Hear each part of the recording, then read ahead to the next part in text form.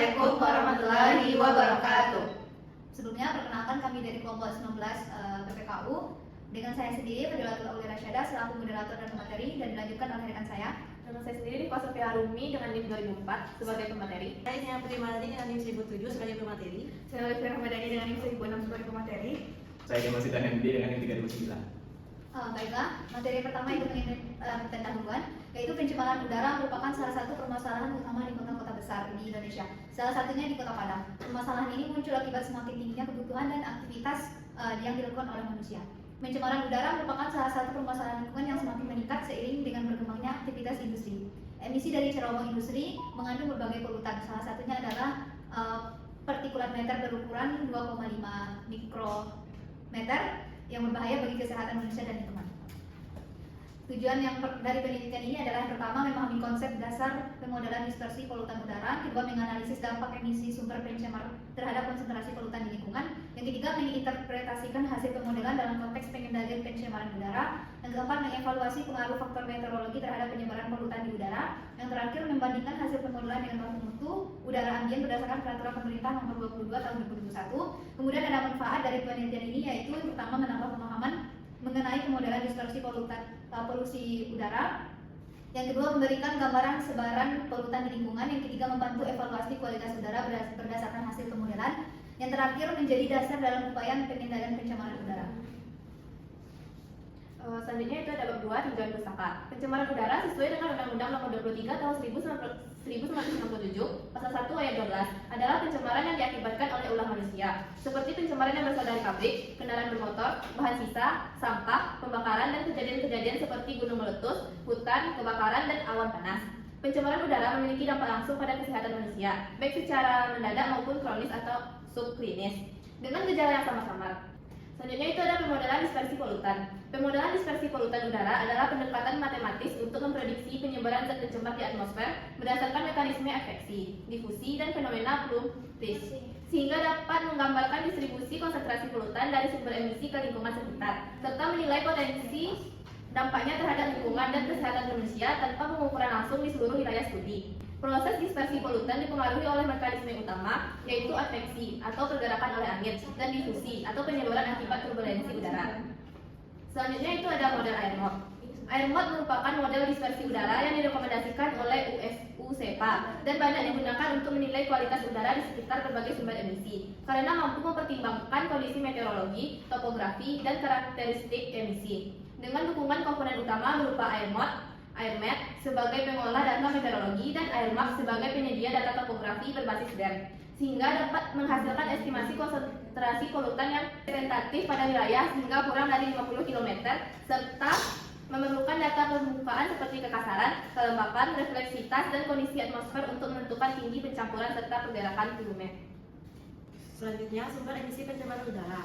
Sumber pencemaran udara berasal dari berbagai aktivitas, terutama industri yang melalui pembakaran bahan bakar fosil, proses produksi dan penggunaan bahan kimia menjadi kontributor utama emisi. Disusul oleh sektor transportasi dan pertanian, serta sumber alami seperti letusan gunung dan kebakaran hutan. Sementara itu, dalam jenisnya, industri menghasilkan pencemar primer, yaitu CO, SO2, partikulat, dan logam berat, dan pencemar sekunder seperti O3 yang terbentuk dari reaksi VOC dan nitrogen oksida di atmosfer, sehingga pengendalian emisi industri menjadi langkah penting untuk menjaga kualitas udara tetap aman. Selanjutnya, dampak emisi. Pencemaran udara dari aktivitas industri berdampak signifikan terhadap kesehatan manusia dan lingkungan, di mana paparan polutan seperti PM2,5, SO2, NOx, VOC, dan senyawa karsinogenik dapat menyebabkan gangguan pernapasan kronis, menyebabkan kardiovaskular, kanker paru-paru, serta penurunan fungsi paru pada kelompok rentan. Sementara itu, terhadap lingkungan, emisi tersebut memicu terbentuknya hujan asam dan ozon troposferik. Selanjutnya, faktor meteorologi. Faktor meteorologi seperti angin, suhu, kelembapan, tekanan udara, dan curah hujan berperan penting dalam menentukan pergerakan, penyebaran, akumulasi, dan pengurangan polutan di atmosfer, di mana angin mempengaruhi transportasi polutan, suhu dan inversi suhu dapat menjebak polutan di dekat permukaan. Kelembapan dan tekanan udara mempengaruhi pembentukan serta dispersi polutan, dan curah hujan membantu menurunkan konsentrasi melalui deposisi basah, sehingga keseluruhan kondisi cuaca sangat menentukan tingkat pencemaran udara di suatu wilayah. Selanjutnya baku mutu. Baku mutu udara ambien merupakan standar kualitas udara yang ditetapkan untuk melindungi kesehatan manusia dan lingkungan hidup. Di Indonesia, baku mutu udara ambien diatur dalam Peraturan Pemerintah Republik Indonesia Nomor 22 Tahun 2021. Peraturan ini menetapkan batas maksimum konsentrasi beberapa parameter pencemaran udara dalam periode waktu tertentu. Dapat dilihat di tabel pada slide. Selanjutnya itu ada metodologi penelitian, di mana lokasi penelitian berada di kawasan industri I, Padang dengan koordinat pusat yaitu ada latitud min 0,940947 derajat, longitude 100,361817 derajat, dan radius areanya berjarak sekitar 10.000 meter. Data yang digunakan ada dua, yaitu data sumber emisi dan data reseptor. Metode analisis menggunakan AirMap. Analisis penyebaran polutan dalam udara dalam penelitian ini menggunakan model dispersi AirMap yang dapat diakses melalui platform berbasis website. Tahapan dalam penggunaan AirMap sendiri adalah yaitu yang pertama mengumpulkan dan menyiapkan data penelitian yang meliputi data sumber emisi, data reseptor, serta data meteorologi sebagai parameter utama dalam pemodelan. Yang kedua, akses platform AirMap berbasis website dan membuat proyek pemodelan baru dalam bentuk new project sebagai media analisis. Yang ketiga, input data sumber emisi ke dalam sistem sesuai dengan karakteristik cerobong yang telah ditentukan. Yang keempat, input data reseptor berupa grid dan titik diskrit untuk merepresentasikan area pengamatan. Yang kelima, input data meteorologi yang meliputi kecepatan angin, arah angin, suhu udara, dan kondisi atmosfer. Yang keenam, menentukan dan mengatur domain pemodelan sesuai dengan cakupan wilayah penelitian. Yang ketujuh, menjalankan simulasi model running AirMap untuk memperoleh hasil berupa konsentrasi polutan udara pada setiap titik reseptor. Yang kedelapan, menganalisis dan menginterpretasikan hasil output untuk mengidentifikasi pola sebaran polutan serta tingkat pencemaran udara di wilayah studi. Berikut merupakan hasil dari pemodelan AirMap berdasarkan titik lokasi wilayah studi. Hasil dan pembahasan untuk hasil dari simulasi dari AirMap ini menunjukkan bahwa konsentrasi maksimum PM2,5 sebesar 9,67666 mikrogram per meter kubik terjadi di dekat sumber emisi dengan pola sebaran yang menurun menjauhi titik tersebut. Dipengaruhi oleh kesamaan karakteristik emisi dan kondisi meteorologi seperti kecepatan serta arah angin, stabilitas atmosfer, dan tinggi cerobong. Untuk peta menunjukkan bahwa sebaran PM2,5 memiliki pola yang sangat mirip dengan konsentrasi tertinggi di dekat sumber yang menurun menjauh mengikuti arah angin. Akibat kesamaan parameter emisi dan kondisi meteorologi dalam permodelan sehingga proses adveksi dan distribusi berlangsung secara seragam.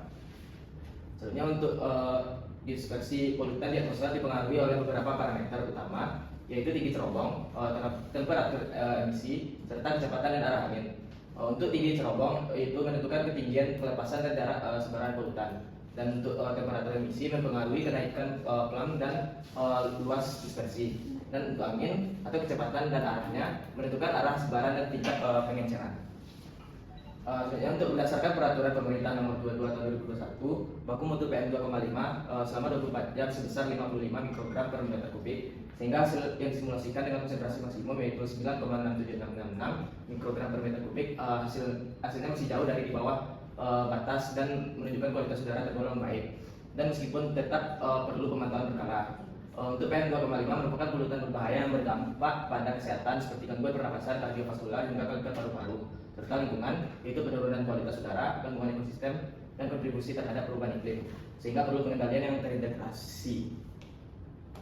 Dan yang terakhir untuk kesimpulannya itu berdasarkan studi kasus yang telah dilakukan dapat ditarik beberapa kesimpulan. Yang pertama itu AirMap merupakan pemodelan sebaran PM2,5 di Kota Padang. Yang kedua, emisi cerobong industri mempengaruhi konsentrasi sekitar. Yang ketiga, konsentrasi maksimum 9,67666 mikrogram per meter kubik terjadi dekat sumber. Yang keempat, nilai masih di bawah baku mutu dan tergolong aman. Yang kelima, dispersi dipengaruhi cerobong, temperatur, dan angin. Dan yang terakhir itu PM2,5 tetap berisiko bagi kesehatan dan lingkungan. Adapun saran yang diberikan untuk studi kasus ini, berdasarkan studi kasus telah dilakukan dapat ditarik beberapa saran. Yang pertama, industri menerapkan scrubber atau back filter. Yang kedua, industri meningkatkan efisiensi dan bahan bakar rumah lingkungan. Yang ketiga, pemerintah memantau kualitas udara secara rutin. Yang keempat, pemerintah memperketat pengawasan emisi. Dan yang kelima, masyarakat meningkatkan kesadaran dan memakai masker. Jadi cukup sekian presentasi dari kami. Apabila ada salah kata mohon dimaafkan. Wabillahi taufiq wal hidayah. Assalamualaikum warahmatullahi wabarakatuh. Baik.